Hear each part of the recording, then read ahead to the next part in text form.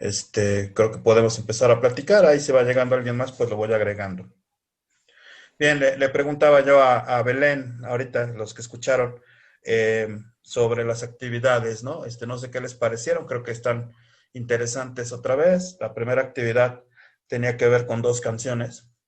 Hay muchas canciones que narran lo del 68, muchas. De Oscar Chávez hay como 10, pero escogí la que creo que era más atractiva, ¿no? Un corrido, el corrido del 2 de octubre. Y la otra, me parece que también a algunos les podría parecer interesante, porque, bueno, a los que les gusta el rock, especialmente el rock urbano, hay una banda muy famosa, que es de las principales bandas del rock urbano en México, que es la banda Bostik, que también tiene una canción sobre el 2 de octubre en Tlatelolco. Entonces, la primera actividad, si es que no las han revisado, la primera actividad tiene que ver con eso, tiene que ver con esas dos canciones. Un poquito para escuchar cómo la Sí, cultura popular ha narrado este acontecimiento, o sea, cómo la gente común, el pueblo, la música del pueblo ha platicado esto que sucedió el 2 de octubre y, y un poco también para sensibilizar, ¿no? Escuchar cómo el arte también puede manifestar algunos episodios tristes, dolorosos de la historia, ¿no? Y incluso enojo, algún enojo por ahí se nota en la canción de la banda Bostik, que a lo mejor no tiene la gran letra, pero que platica y explica muy bien lo que pasó, ¿no? O sea, los chicos de la banda, bueno, ya ni tan chicos de la banda, expresan claramente su opinión sobre lo del 2 de octubre. Esa es la primera actividad. En la segunda actividad, si no me equivoco, tiene que ver ya específicamente con la cronología de lo que pasó el 2 de octubre.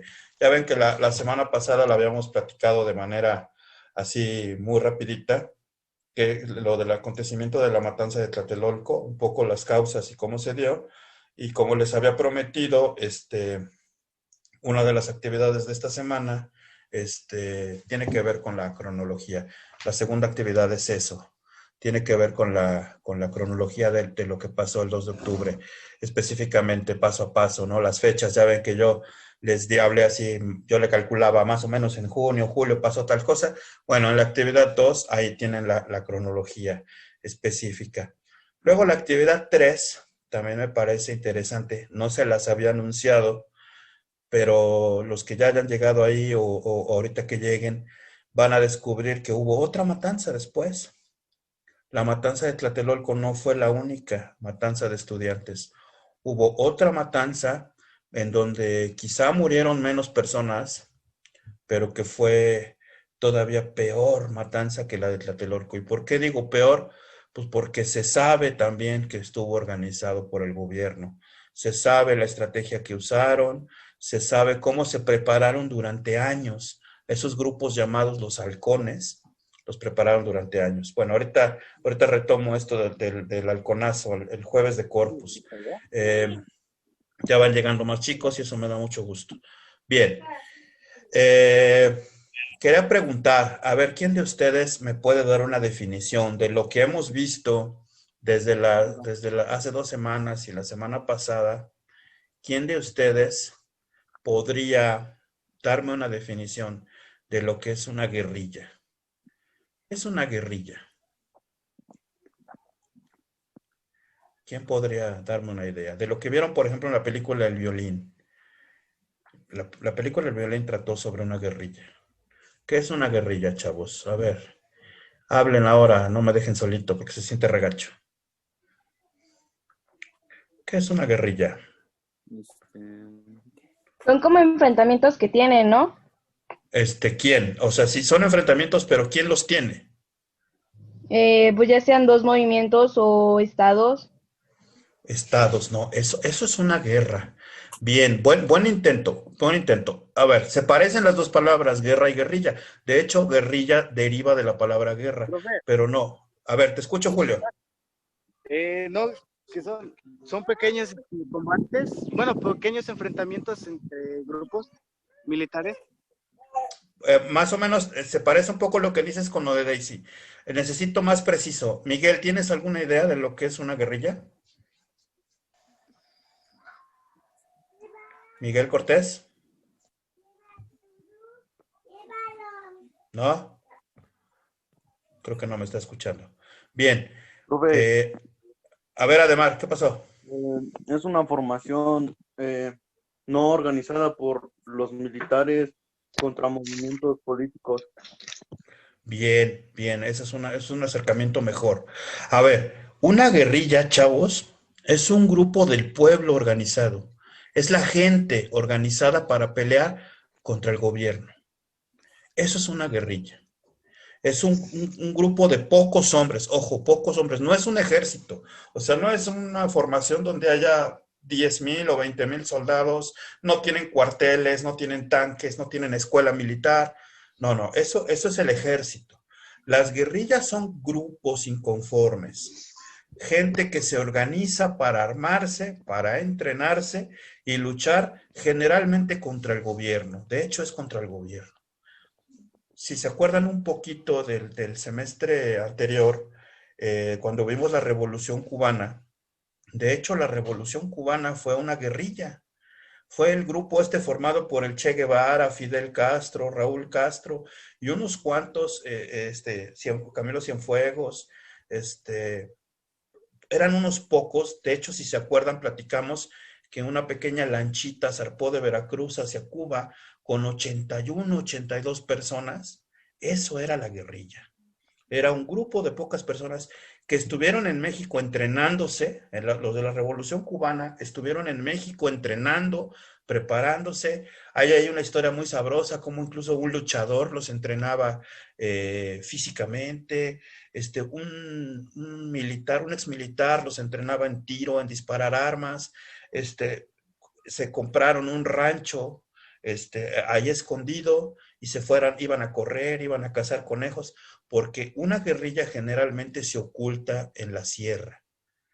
Una de las principales maneras en que una guerrilla tiene éxito es protegiéndose en la sierra, en donde el ejército no puede andar, no puede vigilar, donde no pueden vigilarlos los helicópteros, etcétera. Eso es una guerrilla. También hay guerrillas urbanas.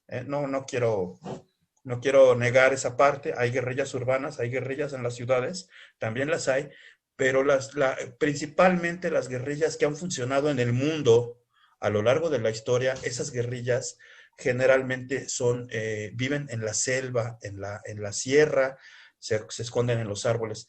Así como lo vieron, los que vieron la película El Violín, ahí tienen la idea. Se estaban entrenando, estaban organizados, tenían organización militar, hacían ejercicios militares, tenían armas, y de hecho la película trata de que están esperando un armamento mayor para poder atacar al pelotón del ejército que ya anda rondando el pueblo. Bueno, ¿qué tiene que ver eso con lo que estamos viendo? Bueno, si hacemos un recuento de lo que ya platicamos la semana pasada y de lo que están leyendo en las actividades, podremos darnos cuenta que teníamos un gobierno que no negociaba. Teníamos un gobierno del PRI que no estaba dispuesto a ceder, que no estaba dispuesto a otorgarle a la gente que reclamara. Al PRI le gustaba dar, al PRI le gustaba repartir, pero a la gente que se sometía. Le gustaba dar a la gente que se afiliaba al PRI, a la gente que no protestaba, a la gente que apoyaba a sus candidatos, a la gente que, etcétera, etcétera. O sea, el PRI sí tenía una política de repartir dádivas a la gente, de repartirles beneficios, de repartirles proyectos productivos, de repartirles casas dignas, pero siempre y cuando tú agacharas la cabeza, te afiliaras, ayudaras al partido, el PRI. Así funcionó durante mucho tiempo. Pero todas aquellas personas que querían apoyo del gobierno, que querían ayuda para sus necesidades, pero protestaban, el PRI no, el gobierno PRI, ojo, porque el PRI es el partido y el gobierno en teoría es otra cosa, pero queda claro que el PRI controló el gobierno desde 1929 hasta el año 2000. Fíjense, desde 1929 hasta el año 2000, el PRI era amo absoluto del gobierno en este país. Bueno, ese PRI no negociaba, no le gustaba a la gente que protestara, Desde los años 40 hubo movimientos que fueron reprimidos y ya vimos la semana pasada el movimiento ferrocarrilero del 58, 59, de 1958 a 1959 fue reprimido. ¿Qué significa reprimido? Pues fueron golpeados, fueron encarcelados, especialmente el líder ferrocarrilero fue encarcelado, con los movimientos magisteriales, es decir, de los maestros que también protestaban, ocurrió exactamente lo mismo, y lo mismo ocurrió con la revolución de las batas blancas de los médicos. Eso ya lo habíamos visto.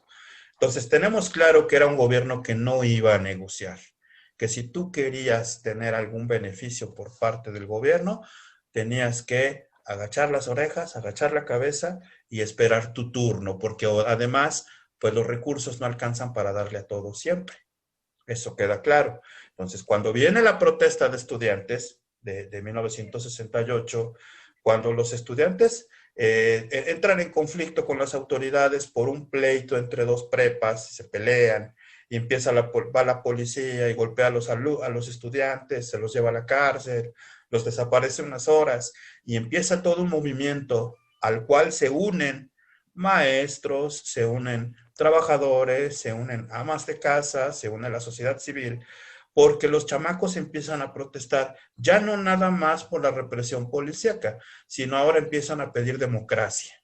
Los estudiantes convierten su movimiento en un movimiento en favor de la democracia. Querían que se les escuchara, que se les tomara parecer, que la gente pudiera participar sin necesidad de afiliarse al PRI. Ese era lo que peleaban los estudiantes del 68. ¿No? Les repito, empezó como un movimiento por un conflicto con la policía, pero conforme fueron pasando las semanas y avanza el movimiento de los estudiantes, empiezan a pedir, tienen su pliego petitorio en el que piden libertad a los presos políticos, piden respeto a la autonomía universitaria y sobre todo piden democracia, que no había en este país. No se puede hablar de democracia cuando un solo partido ganaba todas las elecciones, cuando un solo partido se repartía todos los cargos políticos. No se puede hablar de democracia. Entonces, los chamacos, estos estudiantes de la UNAM, del Poli y de muchas otras, estudiantes de la UAP también se unieron a ese movimiento, de la Universidad Autónoma de Puebla también se unieron, y de todo el país. Cuando empieza a crecer el movimiento, el presidente Díaz Ordaz, que tenía preparado una exhibición ante el mundo porque venían las Olimpiadas en octubre, tenía preparada una exhibición de control, una exhibición de miren qué bien nosotros manejamos la política en México, miren cómo tenemos crecimiento económico, que ese sí lo teníamos, crecimiento económico. Miren cómo México tiene crecimiento económico, miren cómo México está saliendo de la pobreza, miren cómo México está bien gobernado. Esa era la imagen que le quería dar al mundo Gustavo Díaz Ordaz, pero resulta que los chamacos, los estudiantes, se le empiezan a salir del huacal. Y Díaz Ordaz no está dispuesto a tolerar una protesta de ese tamaño, no está dispuesto a que se hable de su gobierno como un gobierno antidemocrático, no está porque los reporteros que ya andaban por ahí estaban reportando al mundo que los estudiantes estaban pidiendo la voz, estaban pidiendo democracia. Entonces el presidente Díaz Ordaz no está dispuesto a tolerar eso y ya sabemos que reprime el movimiento el 2 de octubre, ¿no? Ya las canciones, el corrido del 2 de octubre que les puse ahí es clarísimo en lo que pasó. Hay otra canción también ahí de Oscar Chávez que ya no les agregué, que se llama Una flor roja. Si la pueden escuchar, habla específicamente de una persona que murió ahí en el 2 de octubre. También se ha mencionado mucho, no creo que con ustedes no la vi, pero la película de Rojo Amanecer, que cada año pasan en Televisa, en el Canal 9, cada año cerca del 2 de octubre lo transmiten. Si la pueden ver, si nunca la han visto, véanla, porque ahí refleja, pues de alguna manera lo que pasó el 2 de octubre, ¿no? Cómo fue esa matanza, cómo persiguieron a los muchachos, etcétera. Bueno, ya no voy a clavarme demasiado en esto de la masacre porque ya lo trabajamos la semana pasada y con sus actividades. La pregunta es, ¿qué vino después? O sea, ustedes piensen como joven, ¿qué piensas de tu gobierno? ¿Qué piensas de la política de tu país cuando hablan de democracia, cuando hablan de libertad, hablan de que la ley funciona, y tú como joven ves que no es cierto. Tú como joven ves que cuando tú protestas pacíficamente, porque los chavos estaban protestando pacíficamente, que cuando tú protestas pacíficamente, el ejército te reprime a balazos, el ejército captura a montones de chamacos y los torturan, los desaparecen, algunos nunca se volvió a saber de ellos. Tú como joven, ¿qué ves como futuro? Ves que no hay manera de negociar con el gobierno. Muchos de esos jóvenes que sobrevivieron, realmente se les cerraron las puertas de la participación política. Estoy sacando la tierra debajo de la mesa. Y por ahí apaguen su micro. Y muchos de estos jóvenes, se tuvieron que ir a la clandestinidad. ¿A qué? ¿Qué significa la clandestinidad? Se tuvieron que ir a Guerrero, se tuvieron que ir a Oaxaca, se tuvieron que ir a Puebla, al sur de Puebla, se tuvieron que ir a Chiapas a formar guerrillas. También en el norte, en Chihuahua, en la sierra de Chihuahua, Durango, se empezaron a formar guerrillas. También las guerrillas tienen otros orígenes, no crean que eran puros estudiantes. También las guerrillas tenían otros orígenes, incluso desde la época de la Revolución. Algunos de los personajes que pelearon con Zapata, por ejemplo, en el sur del país, algunos de los que pelearon con Zapata en la Revolución, nunca se rindieron ante el gobierno, conservaron las armas, siguieron ahí, heredaron a sus hijos esa posesión de las armas y ese deseo de luchar. Y en esas regiones de Morelos, de Guerrero, de Oaxaca, siempre hubo como pequeños focos de gente armada que no estaba del todo contenta con lo que el PRI hacía con el gobierno del país. Mucho tiempo estuvieron en conflicto con el gobierno. Entonces, estos chamacos que son proyectados desde la ciudad son expulsados a esconderse.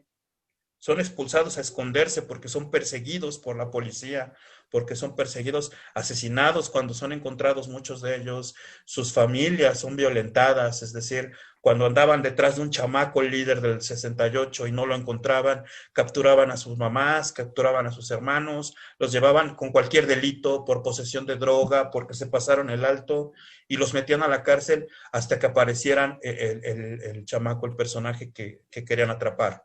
Entonces, muchos de estos jóvenes se vieron orillados a irse a formar guerrillas o involucrarse con guerrillas que ya se estaban formando o ya estaban formadas por otros motivos.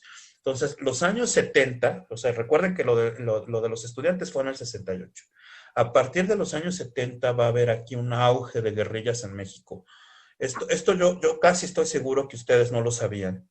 Yo casi estoy seguro que nunca habían escuchado de esto. Ojalá me equivoque, ojalá alguien les haya contado esto, pero México sufrió una guerra, una guerra que se le conoce guerra de baja intensidad. O sea, nunca fue una guerra abierta de un ejército contra otro, sino que más bien era la guerra del ejército contra pequeños grupos armados, contra pequeñas guerrillas, que empezó a darse en Chihuahua, con algunos guerrilleros que asaltaron un cuartel en Chihuahua que se llama el Cuartel Madera. Ahí los guerrilleros atacaron el cuartel y bueno, el ejército estaba mejor preparado y prácticamente aniquiló a esos guerrilleros. Pero en Guerrero se formó la Liga 23 de septiembre, ojo, organizada por un maestro, Lucho Cabañas. Lucho Cabañas organiza una guerrilla que también tuvo muchos éxitos, por decirlo de alguna manera, que se enfrentó de manera exitosa varias veces al ejército hasta que finalmente fueron aniquilados. Y así, por el estilo, hubo diferentes movimientos guerrilleros. Pero hay que entender por qué surgieron esos movimientos, pues por esa actitud del gobierno, ¿no? Por esa actitud del gobierno de no querer negociar, esa actitud del gobierno de no estar dispuesto a ceder, a tener yo todas las canicas y todo aquel que no esté de acuerdo está contra mí. Entonces, bueno, les decía, ya creo que ya estamos en la parte medular de la clase. A lo que quería llegar es, en este ambiente, el gobierno desde el 68 y tal vez desde antes empezó a preparar a grupos de personas que se les conoce como paramilitares. ¿Qué es un grupo paramilitar? Un grupo ¿Cómo? paramilitar, a ver, ¿Cómo Rosy, dijo? No entendí. paramilitares, paramilitares. Ok, gracias. ¿Qué son los grupos paramilitares? Los grupos paramilitares son grupos armados y entrenados por el gobierno, pero que no son parte del ejército ni de la policía. A ver, y me explico. Si tú eres un grupo de la policía y un grupo del ejército, tienen que seguir órdenes, tienen que respetar leyes, en teoría. Sabemos que en México no la respetaban, pero en teoría tienes que respetar la ley, tienes que actuar de cierta manera, no puedes irte por la libre, tienes que hacer las cosas bien. Bueno, si tú como gobierno formas un grupo paramilitar que no son policías, no son soldados, sino que tú los armas fuera de la ley, y tú les das órdenes, golpéame a este grupo, desaparéceme a ese tipo, aniquila a aquel otro. Estos grupos paramilitares lo hacían y estaban entrenados, ¿eh? Algunos de estos grupos paramilitares fueron entrenados por la CIA de Estados Unidos. Algunos de estos grupos paramilitares, algunos de estos grupos de élite, incluso se sabe que fueron preparados por el Mossad de Israel, es decir, por la Policía Secreta de Israel. O sea, no eran unos improvisados. Eran gente que estaba entrenada para asesinar, para buscar, para perseguir. ¿Para perseguir a quiénes? Pues a los guerrilleros, a los opositores, a los que no estaban a favor del gobierno. Bueno, desde el 68 o quizás antes empezaron a preparar un grupo que se le conoció como los halcones. Los halcones es uno de los grupos que más se recuerda. No sé si ustedes vieron la película Roma, que estuvo de moda hace como 2 años. Esta película mexicana que se ganó varios Óscares, donde sale Yalitza Aparicio. ¿La vieron? ¿Quién la vio? ¿Alguien vio la película Roma? ¿Qué película? Roma. Yo. ¿Tú la viste, Monse? ¿Sí la viste completa? ¿Todo bien? ¿No te aburrió? Sí. Está en Netflix, sí, sí, alguien lo dijo, sí es cierto, está en Netflix, es una producción de Netflix. Está bonita, es muy lenta, hay que decirlo. O sea, si uno piensa que vas a ver un peliculón así emocionante, no, es muy lenta, está muy bonita por lo que retrata. Pero una de las cosas que retrata, y Monse no me va a dejar mentir, una de las cosas que retrata es cómo entrenaban a los paramilitares. Sí, sí es cierto. Hay unas escenas ahí de que tienen formados a cientos de jóvenes que los tienen haciendo ejercicio, los tienen haciendo trabajo con palos, macanas para golpear, les enseñan karate y eso. Vaya, en la película no lo dicen abiertamente, pero uno que conoce la historia, uno sabe lo que está pasando ahí. Estaban entrenando a los halcones. Y en otra parte de la película, cuando les voy a hacer el spoiler a los que no lo han visto, cuando la sirvienta esta, Yalitza Aparicio, bueno, que representa a Yalitza Aparicio, pierde al bebé, está ocurriendo una manifestación y estos muchachos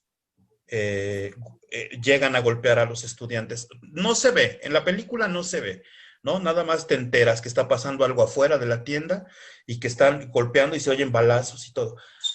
Eso que retrata la película Roma en esa escena es exactamente el movimiento o la situación de la que les quería hablar. El 10 de junio de 1971 hubo otra masacre. Hubo otra matanza de estudiantes que protestaban. O sea, la cosa no terminó en el 68. Hubo todavía otra. Y es esta del 10 de junio de 1971. Se le conoce como el halconazo porque quien la ejecutó fueron los halcones. ¿Se conoce como qué? Halconazo, de halcón. Halconazo. Uh-huh. O se le conoce como la matanza del jueves de Corpus.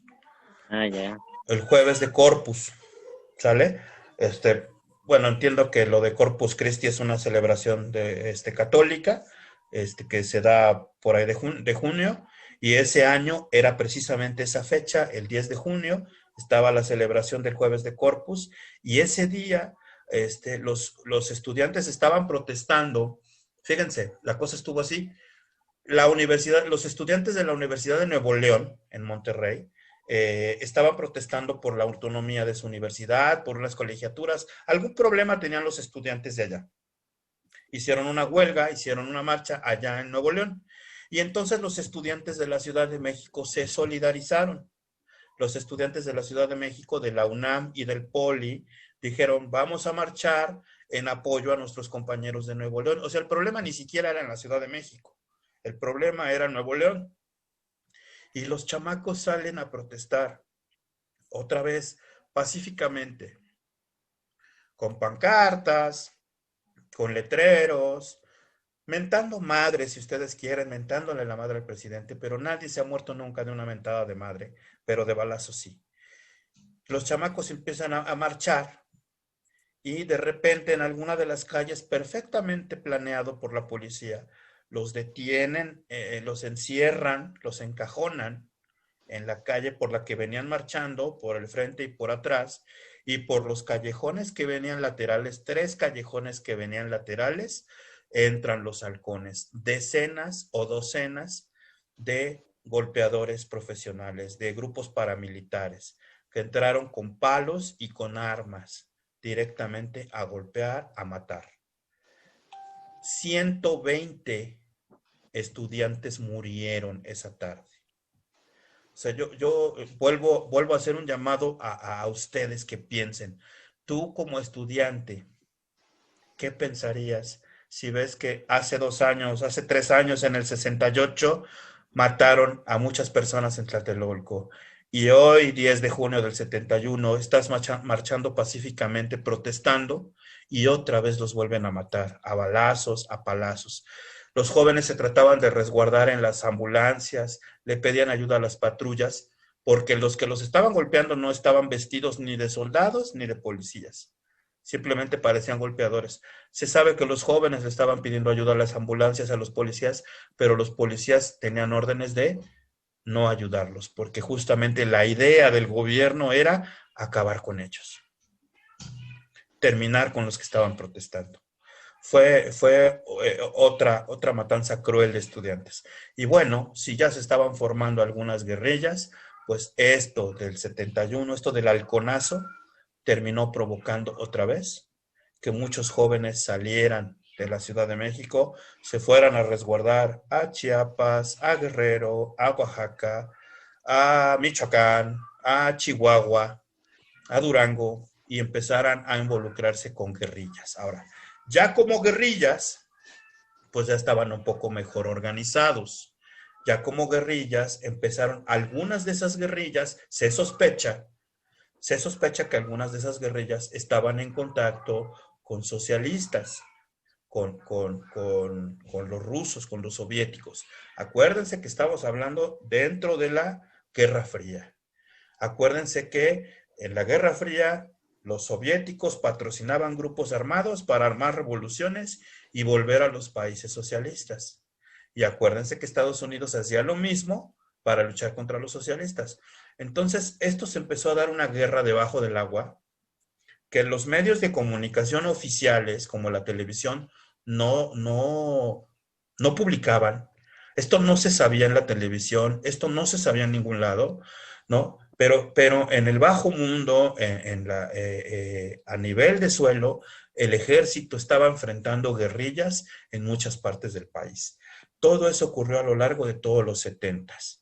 Obviamente el ejército tiene una fuerza mucho mayor, tiene mucho mayor entrenamiento, tiene mucha más capacidad, y en casi todos los casos ocurrió lo que nosotros vimos en la película del violín. El ejército terminó aniquilando a las guerrillas. Las terminó, las fulminó, terminó con ellas. En Guerrero, en Oaxaca, casi todas. Hubo algunos grupos que se salvaron y que no fueron del todo aniquilados. Hay grupos como el EPR, el ERPI, ahí en la región de Guerrero, que todavía, teóricamente, todavía están funcionando como guerrillas. El problema es que ahora estos grupos se han terminado involucrando con un problema más actual, que es el narcotráfico. Estas guerrillas han terminado involucrándose con un grupo o con otro delictivo del cártel de Jalisco, el cártel de los Zetas, y que si los Arellano Félix. Entonces, ahí, por eso es una zona muy violenta. Si ustedes saben que hay mucha violencia en Guerrero actualmente, incluso pensemos en los desaparecidos de Ayotzinapa, si hay mucha violencia en esa región, es porque ahí ha habido violencia desde siempre, desde la época de la Revolución. Gente quedó armada ahí, gente que era de origen zapatista, gente que se quedó armada, y gente que después formó parte de las guerrillas de los años 70, y gente que se conservó armada y que ahora, como están armados, pues han pasado a formar parte de las filas de la delincuencia. Pero su origen era ese, chavos. Su origen era político, su origen era porque protestaban.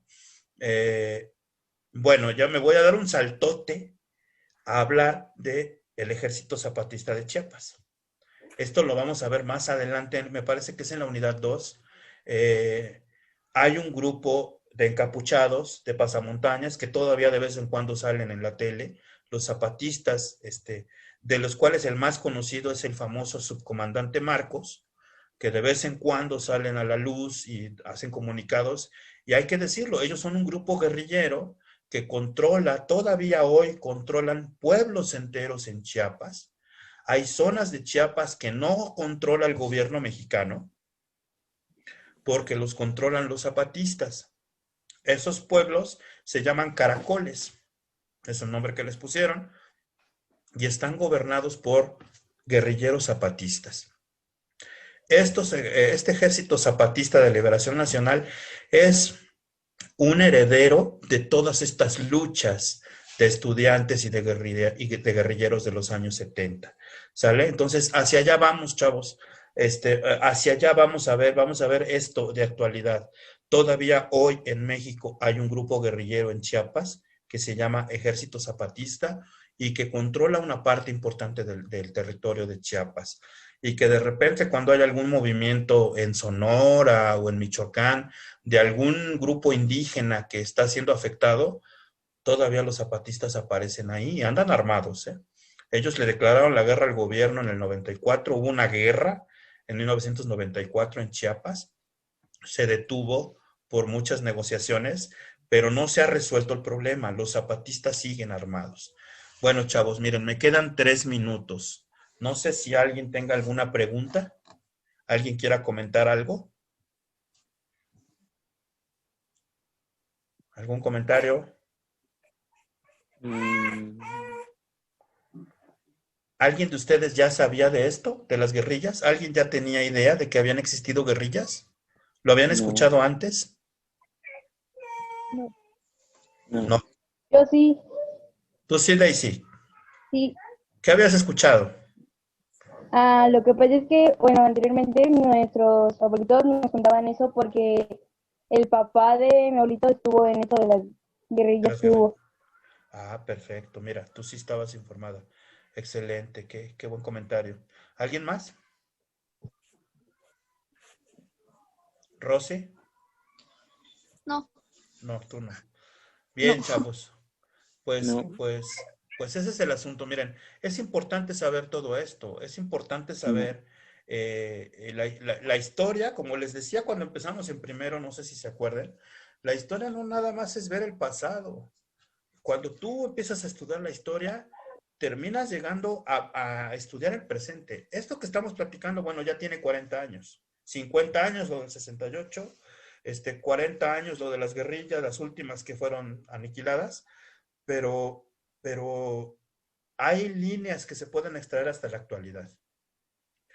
Comprender por qué la zona sur del país es tan violenta. Bueno, porque siempre ha habido pobreza. Ahora, ¿por qué protestaba esa gente de Guerrero, de Oaxaca? Pues por pobreza. Campesinos que no tenían nada, que el gobierno no los apoyaba, que el gobierno no les daba lo que les tenía que dar, que desde que Lázaro Cárdenas repartió millones de hectáreas, si se acuerdan que lo vimos, desde que Lázaro Cárdenas repartió millones de hectáreas a los campesinos, porque por eso se hizo la revolución. La revolución de Zapata se hizo por eso, por tierras a los campesinos, pero después de darles las tierras, nadie los apoyó. Los dejaron morir solos, los dejaron morir de hambre, Y muchos de esos campesinos todavía hoy están vendiendo esas tierras. Mucha gente hoy está vendiendo los ejidos, a lo mejor hasta sus familias son parte de esto, y bueno, pues su derecho, ¿no? Finalmente es su derecho, pero mucha gente que hoy está vendiendo terrenos son los terrenos que se ganaron por la revolución. Ahora, en esos lugares como Guerrero, Oaxaca, Chiapas, pues los campesinos no tenían a veces ni qué comer y nadie los apoyaba. Entonces, si llegaba un grupo de estudiantes y les decían, oigan, pues vamos a armarnos, vamos a entrenar y vamos a enfrentar al ejército, pues encantados se lanzaban a la lucha, ¿sale? Se lanzaban a pelear. Esto tiene menos de un minuto, chavos, ya va a cortar. Me dio mucho gusto saludarlos. Hagan sus actividades. Créanme que creo que están muy interesantes. Lean bien la cronología de lo del 68 y ahí está lo del halconazo, lo del movimiento del 71. Véanlo para que se enteren. Y cualquier duda, cualquier cosa, la próxima semana, en la siguiente clase, volvemos a platicar de esto y seguimos para adelante, ¿sale? Cuídense muchos, chavos. Siquiera díganme adiós. Adiós, profe. No, profe. Órale, chavos. Adiós. Voy a extrañar. Igualmente, gracias. Adiós, Cuídense profe. mucho.